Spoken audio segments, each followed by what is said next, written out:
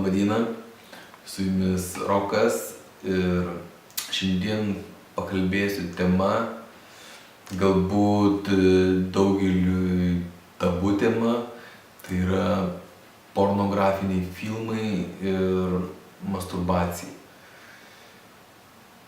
Iš tikrųjų, norėčiau pirmiausia papasakoti, kas vyksta subtiliame lygyje, kai yra žiūrimi pornografiniai filmai. Tuo metu, kai yra žiūrimi, yra keičiamas energija, būtent su tais asmenimis, kurie filmuojasi. Ir kai tom energijom yra keičiamasi, dažnai žiūrintis žmogus gauna daug žemesnio lygmens, daug žemesnių vibracijų energijas, kurios būtent apsunkina tą žmogų, gali sukelti ligas, gali sukelti pojūtį, kad tas žmogus nešvarus.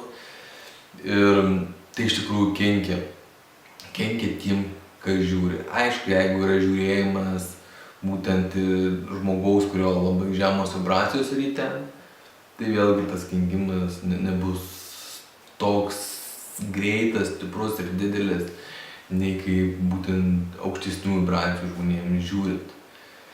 Bet ir aukštų, žemų, nesvarbu, tiesiog tai nepatarčiau daryti, nes keičiamasi energijom, kuriom neturėtų būti keičiamasi. Taip pat apie masturbaciją norėčiau pasakyti, kad tuo metu, kai žmogus masturbuojasi, jisai tiesiog iš savęs išleidžia gyvybinę energiją, kuri yra reikalinga visiškai kitiems dalykams. Ir kai žmogus tą energiją išleidžia, jo esybėje atsiranda tuščios vietos, kurios būna užpildomos tam tikrom energijom ir dažnai tiesiog negatyviom energijom, kas irgi gali sukelti labai sunkias ligas.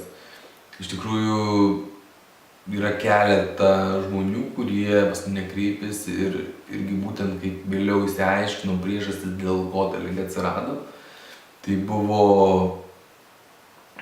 irgi dalis masturbacijos įtakos. Kaip reiktų elgtis? Iš tikrųjų reiktų susirasti partnerę, nes tinkamą partnerę, kuri būtų jaučiate iš širdies. Tokie mainai būtų daug efektyvesni, nes jūs dalinatės su partneriu tokia energija, jūs pasitikite vienas kitu ir jūs tada papildote vienas kitą, neišdalinate, neprisipildot prastos kažkokios ten sunkių energijos, bet pasikeičia tinkamą energiją, kuri padeda ir kurti, ir daryti, ir save realizuoti. Aišku, kils gal kažkam tais klausimų, tai kaip aš galiu dalintis, jeigu aš nesusirandu, ką daryti, kad aš susirasčiau. Iš tikrųjų, visi gali susirasti tinkamus partnerius, tiesiog problemų reikia žiūrėti savyje, kodėl tas nesitinka, nes gali būti blokai, gali būti kažkokios programos, dėl ko tie partneriai neatsiranda. Ir su matymo pagalba galima tuos dalykus sutvarkyti. Tikrai ne vienam žmogui esu padėjęs, kai žmogus kad ir neįgalus, kad ir šiaip ne vienus metus neturėjęs partnerio, pradirba, nusiima blokus, susitvarko ir žiūrėk, jau atsiranda antroji pusė, su kuria bendra ateitį. Taip pat, ką dar norėčiau pasakyti apie tuos dalykus, kad atsitiktiniai santykiai irgi geriau tų santykių neturėti, būtent lytinių santykių, nes irgi nežinia, su kokiu žmogum bus pasikeista energijom.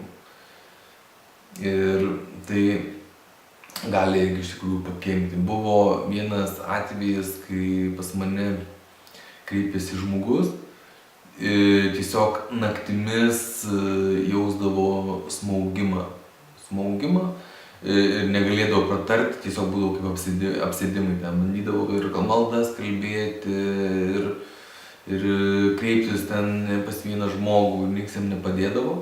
Tuo metu mes paėmėm, kreipėsi pas mane, mes paėmėm, pakėlėm tam tikras situacijas ir išaiškėjo iš tų situacijų, kad jisai išdavė savo draugę su kita mergina, buvo tai atsitiktinis atvejis ir ta mergina, jis užsiminėjo tam tikrais maginiais ritualais, seksualinių santykių metu jinai sugebėjo subtiliam lygyje pasimti to vyro tam tikras dalis, per kurias galėjo atlikti ritualus, per kuriuos nusiurbdavo energijas ir tuo metu tiesiog jausdavosi smaugimo jausmas. Tai va dar vienas tiesiog pavyzdys, kodėl irgi negalima turėti tų atsitiktinių santykių. Ir kad tą dalyką sutvarkyti, pagrindinis suvokimas, kuris buvo, kad būtent neturi būti tam žmogui, kad neturi būti atsitiktinių tų santykių ir vėlgi draugais išdavystė.